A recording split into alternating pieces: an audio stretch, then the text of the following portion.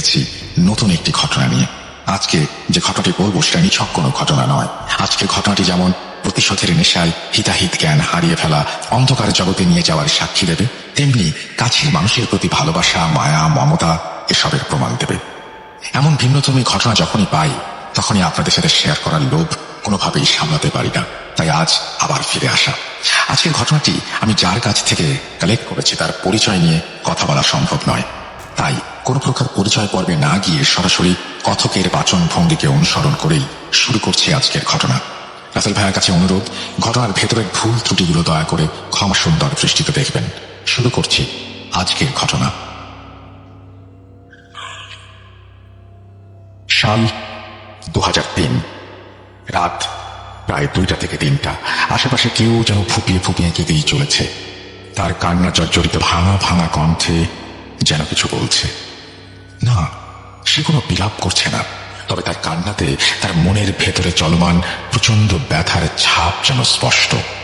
আমি খানিকটা এগিয়ে গেলাম এই কান্নার উৎস খোঁজার জন্য। সামান্য দূরে গিয়ে কান্নার উৎস পেয়েও গেলাম। আমি কি সে সময় দেখেছি তাই এই মুহূর্তে বলছি না, তবে ছেলেটি কি বলছে তাই এবার স্পষ্ট বুঝতে পারছি। তার বেদনাগ্রস্ত কণ্ঠে উচ্চারিত হচ্ছিল, যারা তোমার এই অবস্থার জন্য দায়ী, আমি তাদের সব সফলতার পথে কাঁটা হয়ে দাঁড়াবো। সেই কাঁটা পায়ে বিধে তারা সফলতার দুয়ারের সামনে মুখ থুবড়ে পড়বে, কিন্তু সেই দুয়ার ভেদ করতে পারবে না। আজ থেকে আমার যুদ্ধ শুরু। আমি আমার জীবনের লক্ষ্য ঠিক করে নিয়েছি। যত দিন বেঁচে থাকবে তাদেরকে আমার গোলাম বানিয়ে রাখবো। তারাও একদিন আমার কাছে এসে এভাবে চোখের অশ্রু ঝরিয়ে তাদের পথ থেকে আমাকে সরে দাঁড়াতে বলবে। সেদিন আমি হাসবো আর তারা কাঁদবে, কিন্তু আমার মনে তাদের জন্য কোনো করুণার জন্ম হবে না। আমি তাদের পথে আরো কাঁটা বিছিয়ে দেব। তাদের ধ্বংস না দেখে আমি কিছুতেই ক্ষান্ত হব না, কিছুতেই না। তুমি দেখে নিও, তোমার কাছে এই আমার শেষ প্রতিজ্ঞা। ছেলেটির কথা শুনে যে কেউ বুঝতে পারবে তার মনে জমে আছে কারোর জন্য তীব্র ঘৃণা, যাদের জীবনটাকে শেষ করে দেবার জন্য সে যে কোনো পর্যায়ে অতিক্রম করতে প্রতিজ্ঞাবদ্ধ। কিন্তু কেন? এর পেছনে নিশ্চয়ই কোনো গল্প আছে। কি সেই গল্প? সেই গল্প জানার উদ্দেশ্যে আমি তার কাছে যাবার জন্য কেমন যেন এক অজানা আকর্ষণ অনুভব করি। আমার মনে তার গল্প জানার যে কৌতূহল জন্ম নিয়েছিল তার ফলাফল তখন আমার অজানা। তো আমি তার কাছে গিয়ে কথা বলার চেষ্টা করি। এরপরের কাহিনীটা না হয় শেষের জন্যই জমা থাক। এখানে যে ছেলেটির কথা বলছি তার নাম রূপক। খুবই সাধারণ গরিব পরিবারের ছেলে। থাকার জন্য না ছিল বাড়ি, না ছিল উদরপূর্তির জন্য পর্যাপ্ত খাবার। মাথা গোঁজার ঠাঁই হিসেবে ছিল রেল লাইনের ধারের ছোট্ট একটা বস্তি। সেখানে রূপক তার বাবা, মা আর ছোট বোনকে নিয়ে থাকত। কিন্তু আজ সে রূপকের কোনো হদিস পাওয়া যাচ্ছে না। হঠাৎ করে এই কথা যেন হারিয়ে গেছে সে। শেষ যখন তাকে দেখেছিলাম তখন তার চেহারায় ছিল অন্যরকম এক প্রশান্তি। তার আর্থিক অবস্থাও ঘুরে দাঁড়িয়েছিল। কিন্তু রূপকের আসল পরিচয় হিসেবে যদি বলি সে একজন সাধারণ মানুষ, তাহলে সেটা হবে ভুল অথবা মিথ্যা। তার পরিচয় আমার থেকে ভালো কেউ জানে না। রূপক ছিল একজন তন্ত্র সাধনার উজ্জ্বল নক্ষত্র। সামান্য বস্তিতে থাকা একটা ছেলে কিভাবে তন্ত্র সাধনা শেখে আর কেনই বা শেখে, এই প্রশ্নটি হয়তো আপনাদের মনে ঘুরপাক খাচ্ছে। একটু অপেক্ষা করুন, এই ঘটনার সব জট আস্তে আস্তে খুলবে, আর সেটা খুলবো আমি। রূপক সাধারণ কোনো তান্ত্রিক ছিল না। সে ছিল খুবই আক্রমণাত্মক একজন তান্ত্রিক। সে কারোর ক্ষতি করার জন্য তন্ত্র সাধনা করত, ব্যাপারটা তেমন নয়। কিন্তু তাকে আমি এর মাধ্যমে কারো উপকারও করতে দেখিনি। মাসের পর মাস, বছরের পর বছর সে তার শিকারের জন্য অপেক্ষা করত। হ্যাঁ, শিকার খুঁজে বেড়াতো। কিন্তু এই যে সে শিকার নয়, এই শিকারের কিছু বৈশিষ্ট্য ছিল। এই শিকার শুধুমাত্র রূপকের একার শিকার ছিল না, বরং এই শিকার ছিল অন্য আরেকজনের। তার নাম হাসিদ আল রুফ। এই নাম কোনো সাধারণ নাম নয়, এই নাম তার নিজের দেয়া নাম। আল রুফ পরিচয় সম্পর্কে আমি সেই মুহূর্তে অবগত ছিলাম না। যখন জানলাম তখন মনে হলো মানুষের জীবন কখন কোন দিকে মোড় নেয় সেটা জানা গেলে কত ভালোই না হতো। সেসব কথা থাক। রূপকের মোট 4টি শিকার ছিল, সেগুলো বলছি একে একে। শিকার 1। প্রথম শিকার ছিল 19 বছর বয়সী একজন তরুণী যার নাম আসমা। আসমা তখন সবেমাত্র কলেজে ভর্তি হয়েছে, আর 5টা মেয়ের মতো তার জীবনটাও স্বাভাবিক হাস্যোজ্জ্বল আর সুন্দর ছিল। কিন্তু হঠাৎ তার এই আলোয় ভরা জীবনে কারোর নজর লেগে যায়। আসমা মাঝে মাঝে রাতে বাজে স্বপ্ন দেখতে শুরু করে। স্বপ্নে সে দেখতে পায় সে একজন বিবাহিতা নারীর সাজে সজ্জিত, তাকে কবুল বলতে বলা হচ্ছে, কিন্তু সে চাচ্ছে না। এই স্বপ্নে তার হবু স্বামীকে সে কখনোই দেখতে পেত না। এছাড়াও স্বপ্নে কেউ হয়তো তার সাথে জোর জবস্তি করার চেষ্টা করত। নিজেকে বাঁচাতে গিয়ে তার দম যেন বন্ধ হয়ে যেত। হঠাৎ বিকট চিৎকার দিয়ে সে ঘুম থেকে জেগে উঠত। ঘুম থেকে উঠে দেখতে পেত তার হাতে পায়ে সহ শরীরের বিভিন্ন স্থানে কালো কালো দাগ। তার হাতে বেশ বড় মাপের আঙুলের ছাপ স্পষ্ট দেখা যেত। বাবা মাকে বলার পর তারা অনেক হুজুরের সাথে যোগাযোগ করেন, কিন্তু সবাই একসময় পিছু হাঁটেন। এর কারণ তখন অজানা হয়েই রয়ে গিয়েছিল। প্রতি রাতে অসহ্য যন্ত্রণা ভোগ করতে হতো আসমাকে। হয়তো তার সামনে খারাপ কিছু অপেক্ষা করছিল। এদিকে রূপকের আচরণও কেমন যেন পাল্টে যেতে শুরু করে। সে অস্থির হয়েই যাচ্ছে দিনকে দিন। আমি জিজ্ঞাসা করলে বলে, না, আসছে না, কোনো খোঁজ পাচ্ছি না, চেষ্টা চালিয়ে যাচ্ছি। আমার মন বলছে আল রুফ তার শিকার পেয়ে গেছে, কিন্তু ওই শিকার ওর নয়, আমার, শুধুই আমার। ওই শিকারের হকদার একমাত্র আমি। আজ রাতে আমি আবারও কড়াভাবে চেষ্টা করব সেই শিকারের খোঁজ বের করতে। আপনি আজ রাতে আমার ঘরের আশেপাশে ভুলেও আসবেন না। আর আমাকে আপনি সাহায্য করছেন, তাই আমি আপনাকে সব বলছি, আমার কাজ আপনাকে দেখাচ্ছি। এসব যদি ঘুম না করেও কেউ জানতে পারে, তাহলে আমার পরবর্তী শিকার হবেন আপনি। কথাটা মাথায় রাখবেন। সেদিন তার কথা শুনে আমি বেশ ভয় পেয়ে যাই। আমার কাছে মনে হতে থাকে এই সেই রূপক নয় যাকে আমি প্রথমবার দেখেছিলাম। আসলে পরিস্থিতি তাকে হয়তো এভাবে বদলে দিয়েছে। সেদিন রাতে রূপক বেশ কিছু রিচুয়াল করে ঘুমিয়ে পড়ে। পরদিন সকালে সে আমাকে একটি ছোট কাগজে লিখে পাঠায়। আমাকে সাথে নিয়ে এক জায়গায় যাবে বলে জানায় সেই কাগজে। আমি বিকেলের দিকে রূপকের সাথে দেখা করি। তাকে দেখে বেশ উত্তেজিত লাগছিল। কিছু জিজ্ঞেস করার সুযোগ না দিয়ে বলতে শুরু করলো, ভাই, পেয়ে গিয়েছি। আমি তার বাসা সহ চিনে গিয়েছি। আর দেরি করা যাবে না, আসুন এখনই বাসায় যাব। আমি রূপকের কথার মাথা মুন্ডু কিছুই না বুঝে তার দিকে হাঁ করে তাকিয়ে রইলাম। আমাকে চুপচাপ দাঁড়িয়ে থাকতে দেখে সে আমার হাত টেনে ধরে কোথাও যেন নিয়ে যেতে শুরু করে। আমি কেমন যেন ঘোরের মধ্যে চলে গেলাম। হঠাৎ তার কণ্ঠ শুনে চেতনা ফিরে পেলাম। দেখলাম আমি একটি ছোট টিনের বাড়ির সামনে দাঁড়িয়ে। এই জায়গাটা আমি চিনি না, আগে কখনো আসিনি, কিন্তু মনে হলো যেন কয়েক সেকেন্ডের মধ্যে আমি এখানে চলে এসেছি।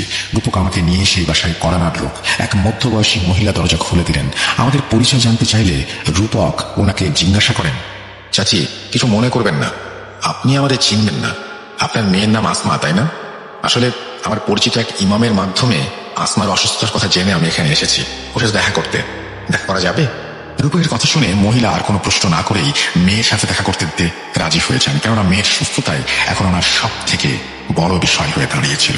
আসমার সাথে দেখা করার পর আমার মনে হচ্ছিল আমি হয়তো কোনো কঙ্কালের গায়ে জড়ানো চামড়ার একজন মানুষ দেখছি। এত জীর্ণ শরীরের কোনো মানুষ আমি এর আগে দেখিনি। আসমার মা কাঁদতে কাঁদতে আমাদেরকে আসমার সমস্যাগুলো খুলে বলেন। আমি একটু আগেই উল্লেখ করেছিলাম। রূপক তখন আসমার মায়ের হাতে একটি কাগজে দিয়ে বলেন, ওই কাগজে মোড়ানো আছে এক বিশুদ্ধ উনুনের ছাই। এই ছাই যেন প্রতি রাতে আসমার মাথায় লাগিয়ে দেওয়া হয়। এছাড়া সে এক বোতল পানি বের করে কি যেন করে তাতে ফু দিয়ে আসমাকে খেতে বলে। আসমা সেই পানি পান করে। রূপক মহিলাকে বলে, আজ থেকে আগামী 3 দিন খুবই বিপজ্জনক। এই সময় আসমা যেন ঘরের বাইরে না বের হয়, আর কোনোভাবেই এই ছাই লাগানোর কথা যেন ভুলে না যান। এই বলে রূপক আমাকে নিয়ে চলে আসে। আমি রূপককে জিজ্ঞাসা করি, ওটা কিসের ছাই? উত্তরে সে বলে, আজ না, অন্য একদিন বলবো। যদি আমার ভাগ্যে থাকে তাহলে নাকি আমি জানতে পারবো। তার উত্তরে কেন জানি না আমি সন্তুষ্ট হতে পারিনি। তাকে পুনরায় প্রশ্ন করি, 3 দিন কেন বিপজ্জনক? উত্তরের উপর বলে, আপনি সব জানতে পারবেন, কিন্তু এখন না, 3 দিন পর। এই 3 দিন আমার সাথে কোনো প্রকার যোগাযোগ করবেন না। 3য় দিন আপনি সব জানতে পারবেন। কিভাবে জানতে পারবেন সে প্রশ্নও করবেন না। আমি তাকে আর কোনো প্রশ্ন না করে বাসায় ফিরি। 3 দিন পর কি হবে ভাবতে ভাবতে আমি অস্থির হয়ে পড়ি। এই 3 দিন আমার কাছে 3 বছরের মতো লম্বা মনে হচ্ছিল। 3 দিন পর রাতে ঘুমিয়ে আমি একটা অদ্ভুত স্বপ্ন দেখি। আমি দেখি লম্বা আলখেল্লা পরা একজন ব্যক্তি ভারী কণ্ঠে বলছে, কাজটা কি ভালো করলি? আমার শিকার কেড়ে নিয়ে ভেবেছিস শান্তিতে ঘুমাবি? একটা শিকার গিয়েছে, তাতে কি? এতে আমার কোনো ক্ষতি হয়নি। মাঝখান দিয়ে তোর বেশ কিছু কাঠ খড় পোড়াতে হলো। কতদিন এভাবে আমার শিকার কেড়ে নিবি? পারবি না, পারবি না। পাশ থেকে ভেসে আসে কণ্ঠ। সে বলে, আমার কোনো কিছুই মনে রাখার নেই। আমার শুধু মনে আছে প্রতিজ্ঞা, তোর সব কর্মের মাঝে বাধা হয়ে দাঁড়াবো আমি, তোকে তোর উদ্দেশ্য হাসিল করতে আমি দেব না। মনে রাখিস, আমিও আমার কথার খেলাপ করি না। রূপকের কথা শেষ হতে না হতেই রূপকের সাথে সেই ব্যক্তির তুমুল যুদ্ধ শুরু হয়। রূপককে আমি চিনতে পারছিলাম না। তার পেছন থেকে যেন মানবরূপী বিশাল দেহি এক পশু আকৃতির কোনো কিছু বের হয়ে এসে সেই ব্যক্তির মুখে সজোরে থাবা বসিয়ে তাকে ছুঁড়ে ফেলে দেয় কয়েক ফুট দূরে। রাগে ফুঁসতে ফুঁসতে সেই ব্যক্তি রূপককে হুমকি দিয়ে চলে যায়। হঠাৎ আমার মনে হলো রূপক আমার দিকে তাকিয়ে হাসছে আর বলছে, বলেছিলাম না সব জানতে পারবেন। তার চোখ টকটকে লাল, তার মুখের হাসি যেন স্বয়ং শয়তানের হাসিকেও হার মানাতে বাধ্য। আমার ঘুম ভেঙে যায়, ঘেমে নিয়ে আমি একাকার। সকালে রূপকের সাথে দেখা করি। আমাকে দেখছে বলে, আপনি তো সব জেনেই গিয়েছেন, তাই আর কিছু জিজ্ঞেস করবেন না। আমি আসমার খোঁজ নিয়ে এসেছি, সে এখন ভালো আছে, তবে তাকে এখনো আরো কিছুদিন সেই ছাই ব্যবহার করতে হবে। আমি রূপককে জিজ্ঞাসা করি, এবার কি আর কি করতে চাও? উত্তরে রূপক একটা শব্দই বলে, আর তা হলো অপেক্ষা। আজ রূপ আবার নতুন শিকার খুঁজবে। যখনই সে শিকার পাবে তখনই আবার রূপকের কাজ শুরু হবে। এর মাঝে রূপক প্রতিদিনই শ্মশানে আর কবরস্থানে কাটাতে শুরু করে। আমি এর কারণ জানতে চাইলে সে বলে, আল রুহ নাকি কোনোভাবেই থামবে না। সে আরো ক্ষমতা অর্জন করে ফিরে আসবে মোকাবেলা করার জন্য।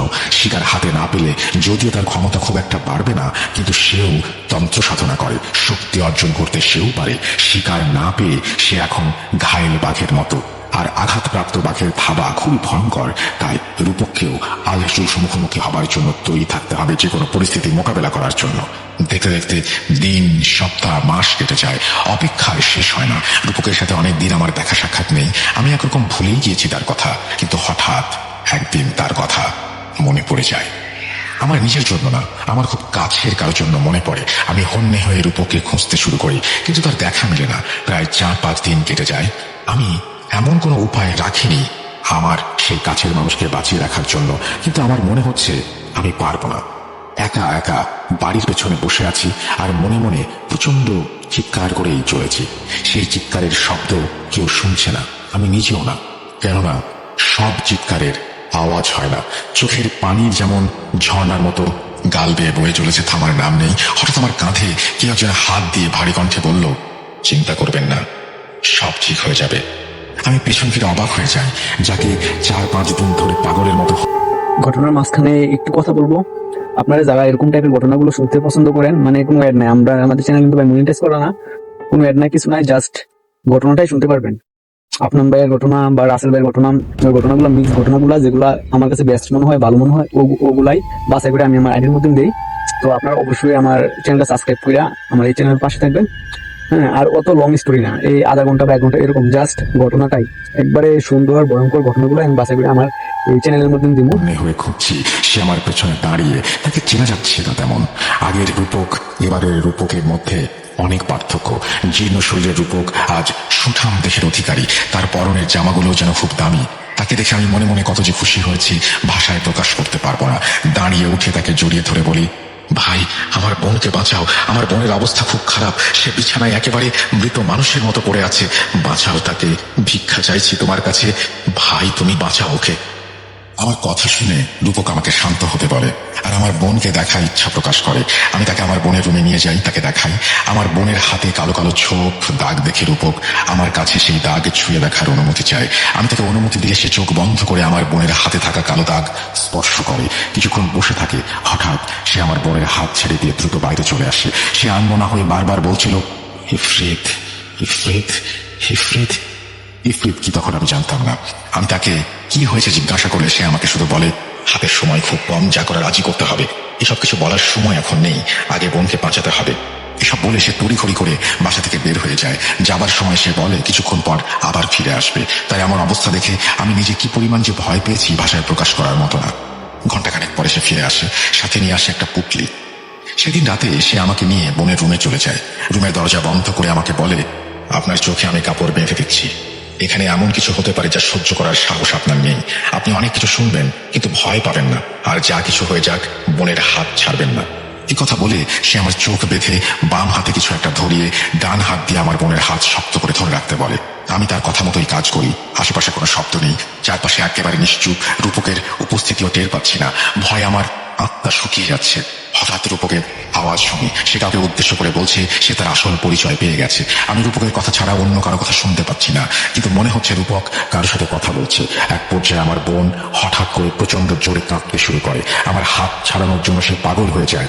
শুরু হয় চিৎকার, আর্তনাদ। আমার গলা শুকিয়ে যায়, হাত ব্যথায় যেন ভেঙে যাচ্ছে। না আর পারছি না ধরে রাখতে। আমার হাতে কামড় বসিয়ে দেয় আমার বোন, হাতের উপরে চামড়া ছিঁড়ে ফেলে। ব্যথায় আমি হাও মাও করে কেঁদে উঠি। রুমের ভেতরে যেন ঝড় বয়ে যাচ্ছে। রূপকের চিৎকারে আর আমার বোনের আর্তনাদে আমি যেন হিতাহিত জ্ঞান হারিয়ে ফেলছি। বারবার জ্ঞান হারাবো হারাবো করেও হারাচ্ছি না। হঠাৎ কানের কাছে আমার বোনের মুখে অস্তিত্ব টের পাই। আমাকে ফিসফিস করে বলছে, এই শিকার আমার, হাতটা ছেড়ে দে। রূপক বারবার আমাকে হাত না ছাড়ার জন্য বলছে। আমি সজোরে আমার বোনের হাত ধরে আছি। রক্তে আমার হাত ভিজে যাচ্ছে। রক্তক্ষরণের জন্য আমি এক পর্যায়ে জ্ঞান হারাই। জ্ঞান ফিরে এলে দেখি আমার সামনে রূপক দাঁড়িয়ে। সে আমাকে বলে, আমার বোন অল্পের জন্য বেঁচে গেছে, আর কিছুক্ষণ আগে আমি হাত ছেড়ে দিলে তাকে হয়তো আর বাঁচানো যেত না। আমি রূপককে সব খুলে বলতে নির্দেশ করি। এবার আর কোনো অনুরোধ নয়, যা কথা হবে সরাসরি হবে ভেবে জিজ্ঞেস করি। সে আমাকে বলে, মনে আছে আল রুহ কথা? আমি নিজেও তার সঠিক পরিচয় জানতাম না, তার উদ্দেশ্য কি জানতাম না। আল রুহ শুধুই আমার কাছে এক নাম আর রহস্য হয়ে আমার জীবনে রয়ে গিয়েছিল। কিন্তু তার আসল পরিচয় সে একজন ইফরিত। ইফরিতের কাজ বংশবৃদ্ধি করা, আর তাই আল রুহ একের পর এক শিকার খোঁজে চলেছে। আপনার বোন সেই আল রুহ নামক রোগেই আক্রান্ত, কিন্তু আল রুহ আপনার বোনকে কোনোভাবেই কবজা করতে পারছিল না কেন আমার জানা নেই। তবে ইফরিত সম্পর্কে যতটুকু জানি, যে কেউ তার বদ নজরে আসতে পারে। সেদিন রাতে তার সাথে আমার একটা সওদা হয়। তার পরবর্তী শিকারে আমি বাধা দেব না শর্তে আপনার বোনকে আমি বাঁচিয়েছি। আপনজন হারানোর কষ্ট আমি বুঝি। আপনার বোনকে এখান থেকে দূরে বাঁচিয়ে দিন।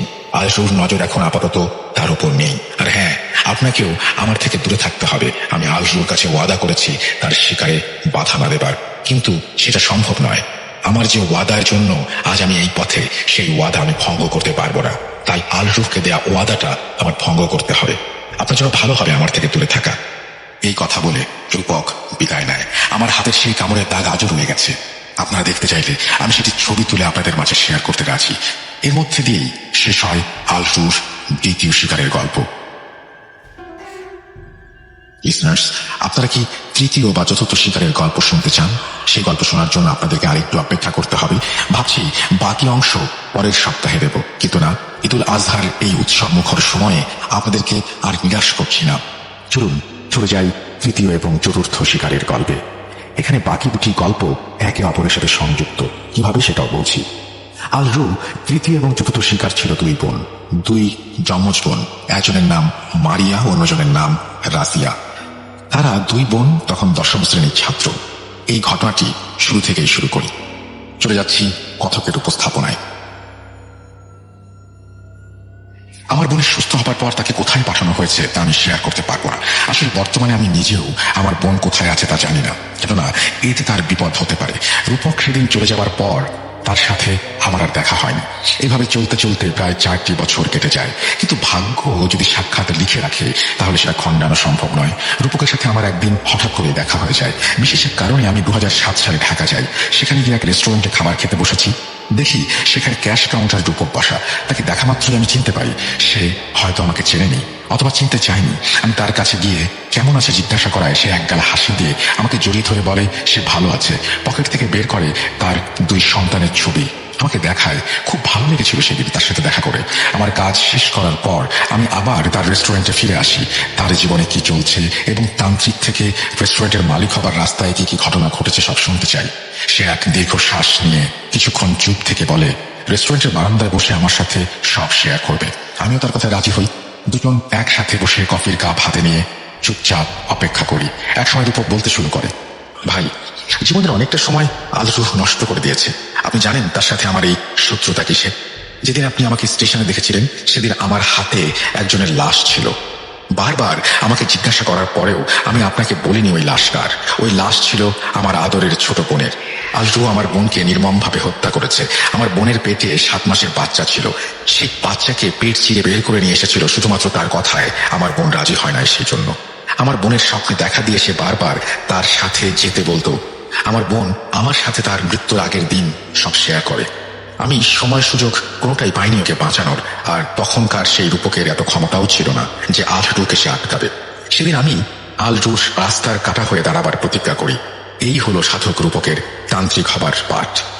আর বর্তমানে আসার পেছনে ইতিহাস একটু ভিন্ন। আপনার বোনকে বাঁচানোর পর রুহ সাথে আমার বেশ কিছুদিন কথা হয়। সে আমাকে বারবার মনে করিয়ে দেয় আমি যেন তার শিকারে বাধা না হয়ে দাঁড়াই। সেদিন থেকেই আমার মন কেমন যেন অস্থির হয়েছিল। মনে হচ্ছিল এবার সে আরো বড় একটা কিছু করার চেষ্টা করবে। আমার ধারণা সত্যি হয়। একদিন রাতে আমি তার মনে কোনো পরিকল্পনা আছে কিনা জানার জন্য আমার ক্ষমতা ব্যবহার করি। সেদিন রাতে আমি স্বপ্নে দেখি দুটো মেয়ে যারা একই রকম দেখতে, তারা প্রচন্ড ভয়ে অন্ধকার রুমের এক কোণায় লুকিয়ে আছে, একে অপরকে জড়িয়ে ধরে। আর তাদের সামনে দাঁড়ানো সাক্ষাৎ শয়তান রুহ। সাথে সাথে আমার ঘুম ভেঙে যায়। আমি ঘুম থেকে উঠেই আবার বেশ কিছু রিচুয়াল শুরু করি, যা ছিল আমার ভুল। আর রুহ আমার উপর নজর রাখছিল, যা আমার অজানা ছিল। সে তখনও তার শিকার খুঁজে পায়নি। আমার স্বপ্নের মাধ্যমেই আমি তাকে তার শিকারের কাছে পৌঁছে দেই। সেদিন রাতে সে আমার সামনে আসে এবং আমাকে ধন্যবাদ দিয়ে চলে যায়। অনেক খোঁজ করেও আমি ওই দুই মেয়ের কোনো হদিস পাচ্ছিলাম না। আমার ক্ষমতাও কোনো কাজে আসছিল না। এরপর আমি একের পর এক উপায় অবলম্বন করতে শুরু করি। শেষে এক অঘরী তান্ত্রিকের কাছ থেকে কিছু নতুন তন্ত্র শিখে সেই অনুযায়ী কাজ করি এবং সেই মেয়ে দুটোকে খুঁজে বের করতে সক্ষম হই। আমি অনেক দেরি করে ফেলেছিলাম। সেই দুই মেয়ে তখন আলরুর কবজায় চলে গিয়েছে। মেয়ে দুটি ছিল এতিম। এতিমখানা থেকেই তাদের লেখাপড়ার ব্যবস্থা ছিল, কিন্তু তাদের আচরণগত পরিবর্তনের জন্য তাদেরকে একটি কক্ষে রাখা হয়। এতিমখানায় গিয়ে আমি অনেক কষ্টে তাদের সাথে দেখা করি। তাদেরকে দেখে আমি অবাক হয়ে যাই। দুইজন জীর্ণ শীর্ণ মেয়ে একসাথে বসে আছে। তারা উভয়ই আমাকে দেখে নড়ে চড়ে বসে আর নিজেদের আড়াল করতে শুরু করে। তখন তাদের বয়স অনেক কম হওয়ায় আলরু তার ইচ্ছা পূরণ করতে সক্ষম ছিল না। তাদেরকে আপাতত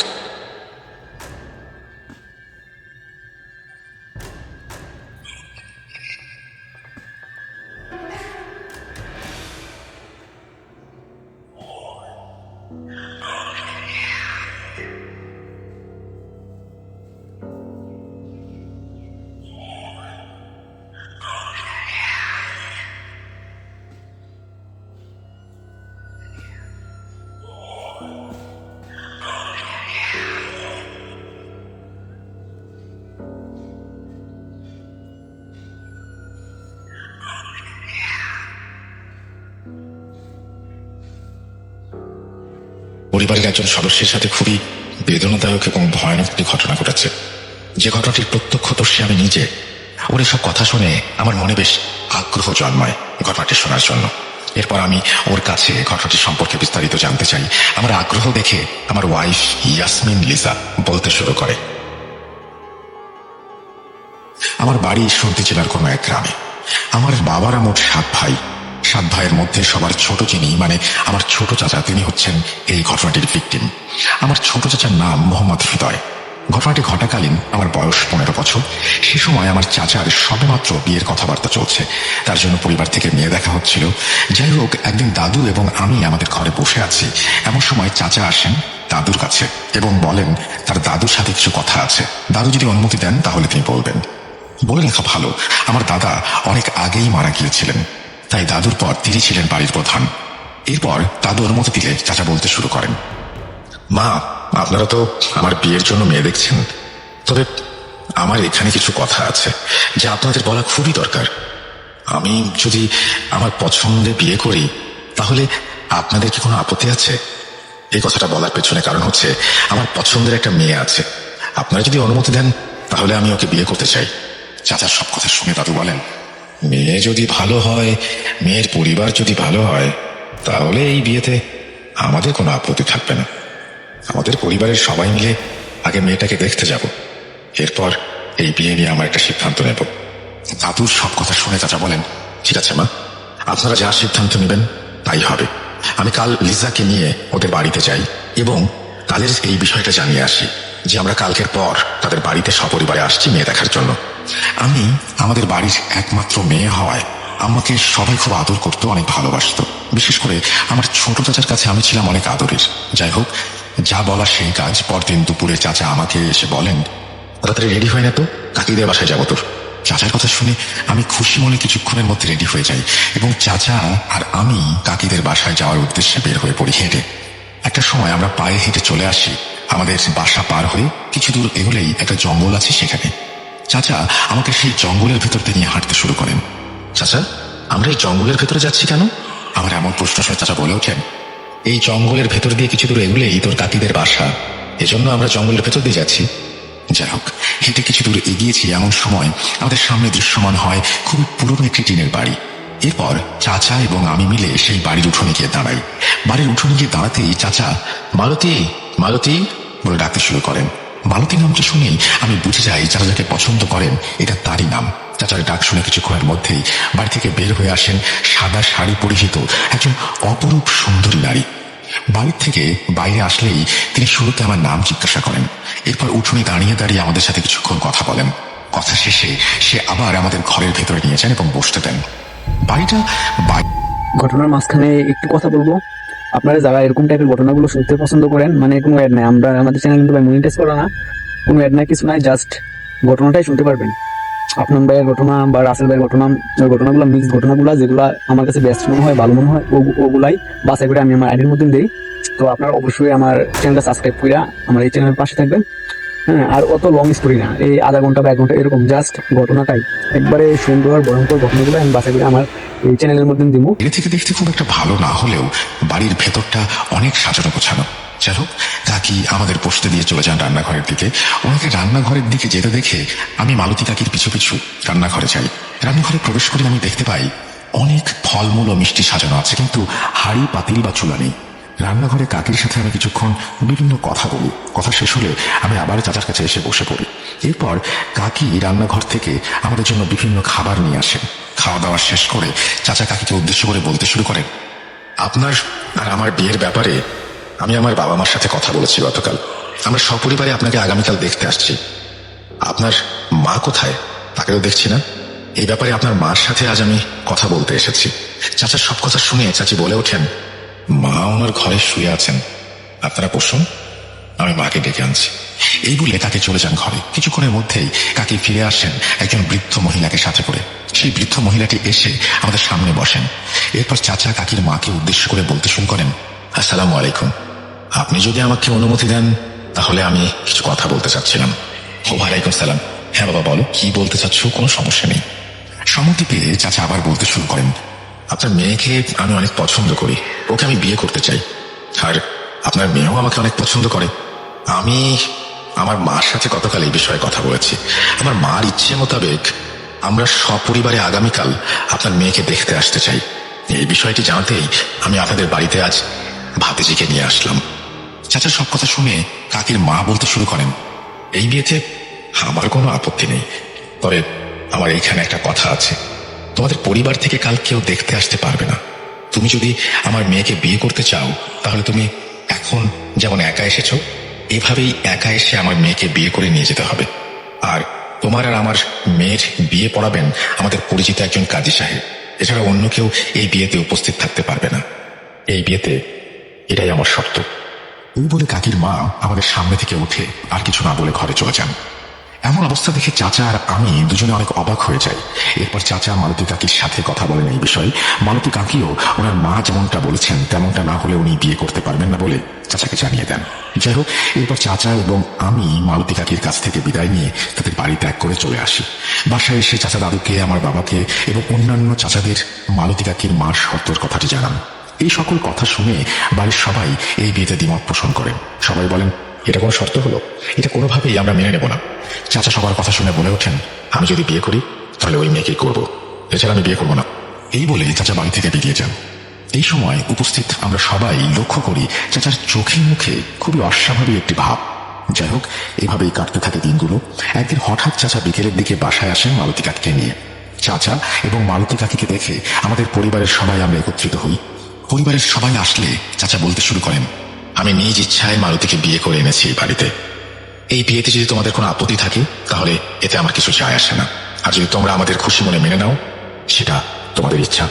চাচার এই ধরনের কথা শুনে বাড়ির সবাই রেগে যান এবং দাদি চাচাকে ঘর থেকে বের করে দেন। চাচা বাড়ির সবার এমন আচরণ দেখে চলে যান তার ঘরে। চাচা অনেক আগে নিজের 2 রুম বিশিষ্ট একটি ঘর তৈরি করেছিলেন।